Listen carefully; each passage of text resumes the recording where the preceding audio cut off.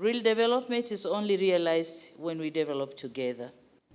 Samia Suluhu Hassan, 61 ans, a pris le contrôle d'un pays qui était traité comme un paria après que le défunt président John Magufuli a annoncé que le coronavirus a été vaincu du pays et a cessé de publier les données sur le Covid-19.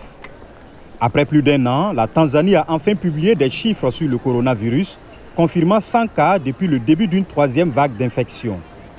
Le gouvernement a aussi budgétisé 470 millions de dollars pour acheter des vaccins anti-Covid-19, des actions qui marquent un revirement total par rapport au prédécesseur de Hassan. S'adressant aux médias à l'occasion de ses premiers 100 jours, la présidente Hassan a déclaré que son gouvernement a demandé à rejoindre le projet de distribution de vaccins COVAX soutenu par l'OMS. Le 15 juin était la date limite de candidature pour ceux qui recevront le vaccin du programme COVAX en 2022.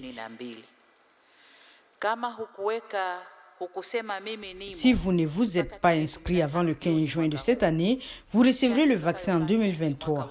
Nous avons dû nous dépêcher pour nous inscrire afin que nous soyons sur la liste. Maintenant, nos experts médicaux travaillent à déterminer quel vaccin devrait arriver en Tanzanie et comment.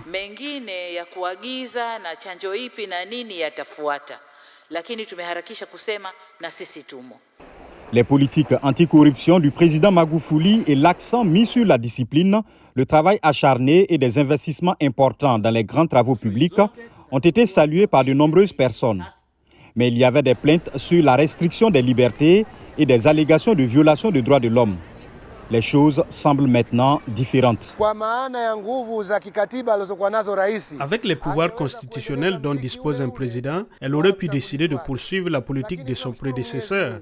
Mais nous remercions Dieu qu'elle ait ouvert des portes et je conseille aux opposants de ne pas avoir le langage qu'ils avaient à l'époque de Magufuli. Elle a montré qu'elle est une personne diplomatique.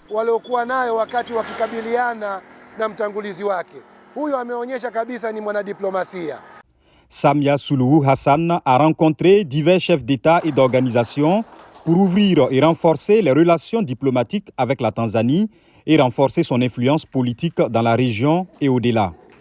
De la tenue de réunions avec des acteurs clés de l'économie mondiale aux récentes visites en Ouganda et au Kenya voisin, elle a façonné des perspectives de la Tanzanie vis-à-vis du monde extérieur.